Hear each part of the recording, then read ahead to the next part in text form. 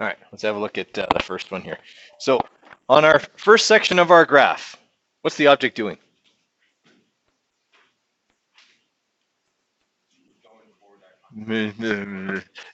It's accelerating, right? Okay, it's accelerating because it's going from a velocity of 0 meters per second to a velocity of 60 meters per second. Okay, so if I want to calculate displacement, I need average velocity and time. Well, time I can read right off the graph because it's on the x-axis, so there's no problem there.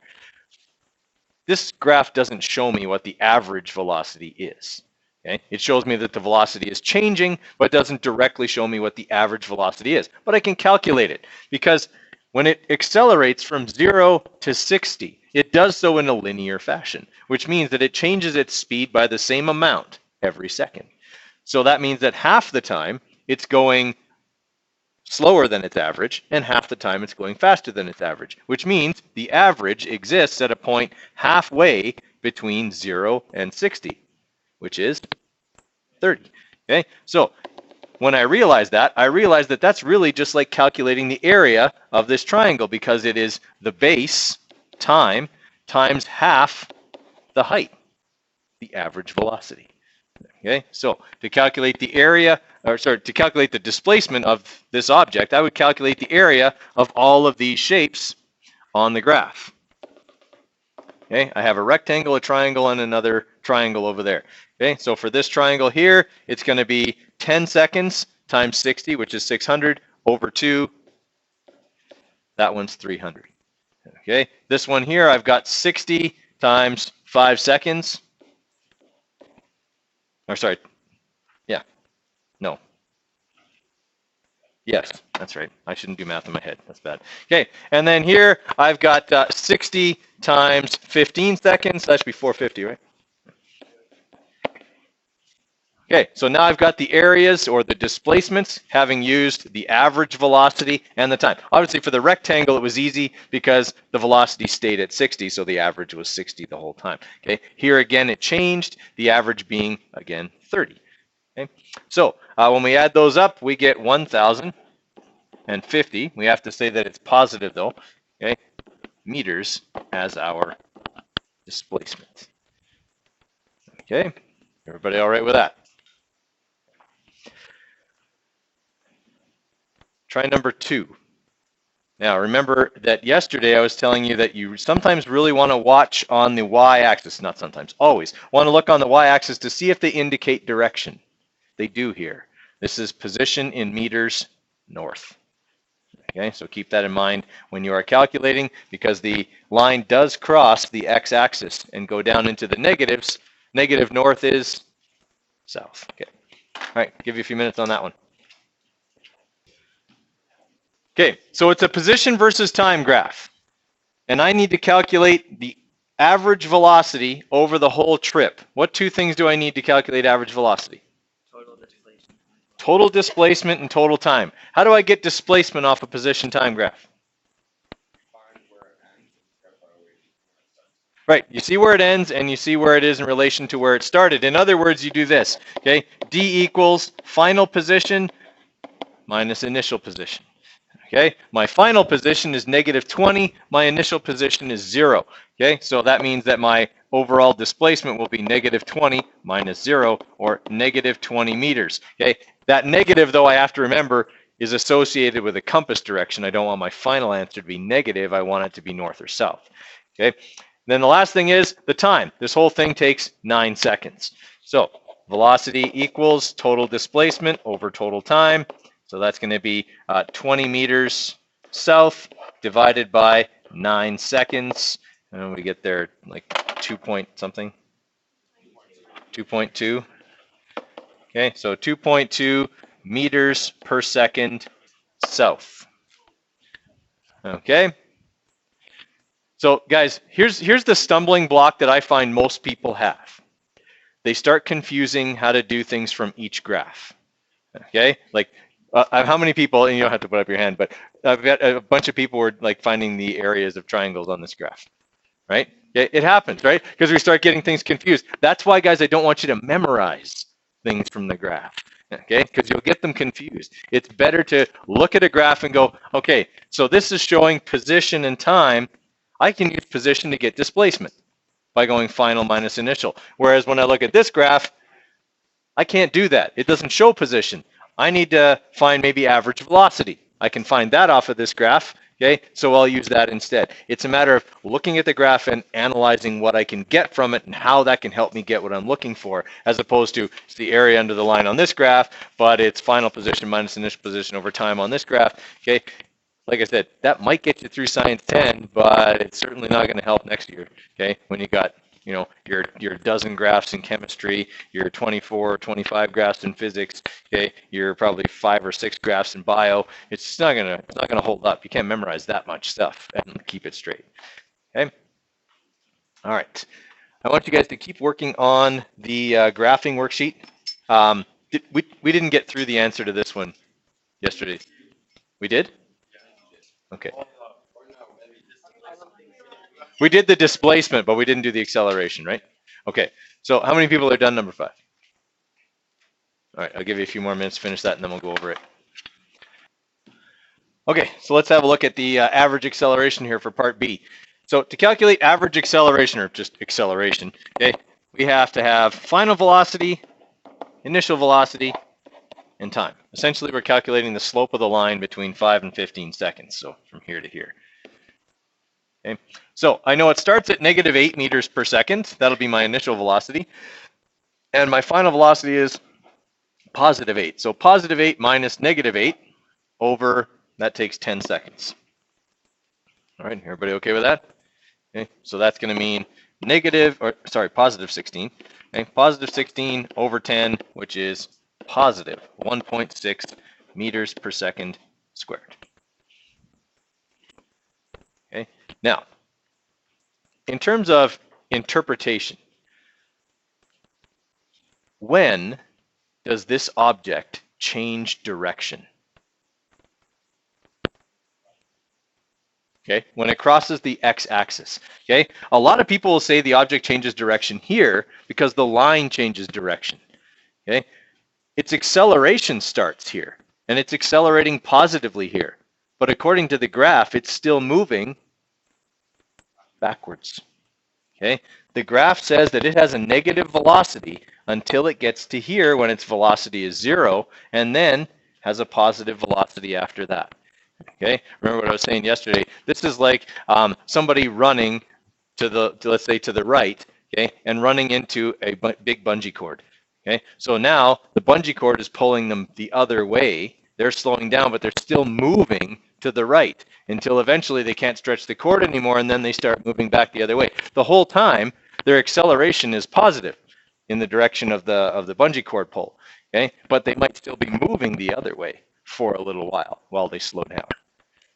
Okay, everybody follow me there? Okay, and average speed over the whole trip. Okay, well, we already calculated the total displacement, okay, over the whole trip, right? Because we did this and this.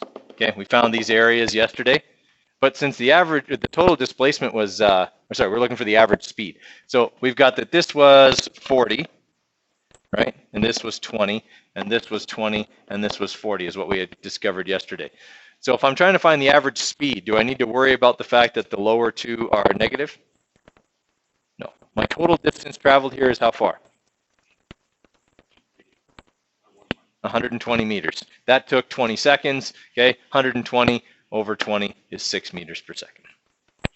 Okay, just displacement over time. All right. Keep going on that one. This one here is going to be, well, a jumbled mess like number 4 because it's got all kinds of changes of direction. Okay, just for clarity's sake here, I'll put in a couple of lines just so you can kind of see where things go.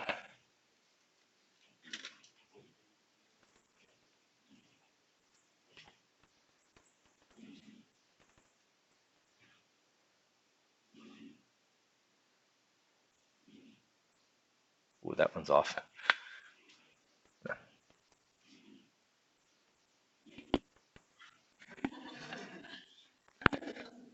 Undo. Love the undo button. Okay, so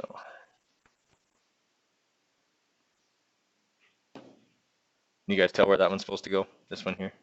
And it's supposed to be at the 10. Okay, and that one obviously goes at 12. I don't know why I was drawing a line for that one. Just in case it was hard to kind of read where everything was going. Okay. All right, I'll give you a few minutes on that one, then we'll walk through it.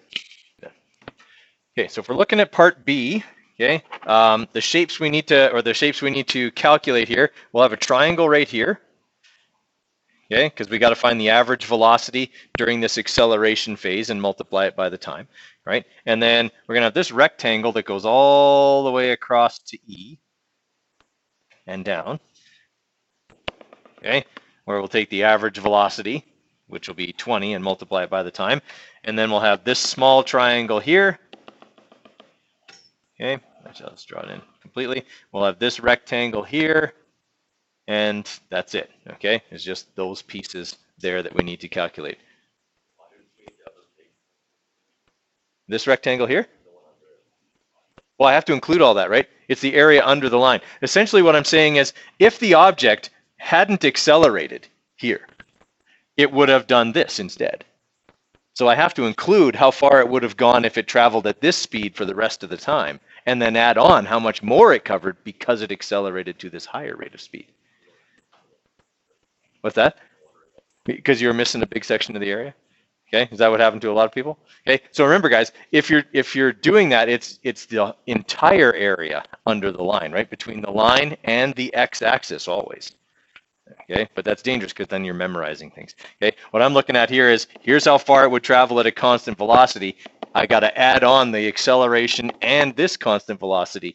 Okay, as opposed to I'm memorizing it's the area. Okay, I'm looking at what did it do, and then figuring out what to do from there. Right, so it's those shapes there. So when we've got this triangle here, we've got 20 times 2, which is 40 over 2. So this one is 20, and then this one is 20 by 1, 2, 3, 4, 5, 6. So this will be 120. And then we've got this triangle here, which is 20 high by 1 wide over 2 is 10. And this rectangle here is 20 high by 3 wide, so it's 60. Okay, so 180, 190, 210. Yeah, 210 meters. It takes practice, guys. It just does. All right, it's like chemistry was, right?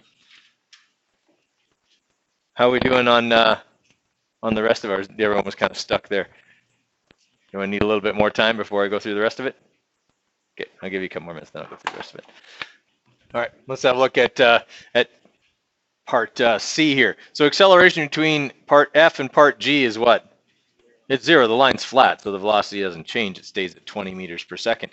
Okay, average velocity between A and F. We've already done a whole bunch of the work for that. Okay, we've got the displacement already between A and E. We just need to figure out how much further it goes between E and F, and then do what with that? Divided by time, right? Okay, so we just got to figure out these other two triangles here, or this one triangle and this one rectangle. So this triangle is 20 high by 2 wide. Okay, so 20 times 2 is 40, over 2 is 20, and this one's 20 high by, so it's 40. Okay, so we've got another 60 onto the 210. Okay, so we've got a total displacement of 270 meters, positive 270 meters, and we're dividing that now by 10 seconds. All right, so we got 27 meters per second, and that's positive. Okay, questions on what I did there? Okay, and then for part E, total distance traveled. All right, well, we've already got all of this. Since it's all forwards, do I have to worry about changing anything with this number? Nope. Okay, it moved forward the entire time, so I don't have to worry about anything. This is already the distance traveled as well as the displacement to this point. All I have to do is add on this and this. Okay, so I just, this one here will be 20 times 1, and so that'll be 20. Okay, then we'll have this one here, which is 10 high by 1 wide, so it's 5, and 20 high by 1 wide, so it's 20. Okay, so we got to add on another 45. So 315, sorry, meters. Okay, everybody okay with that?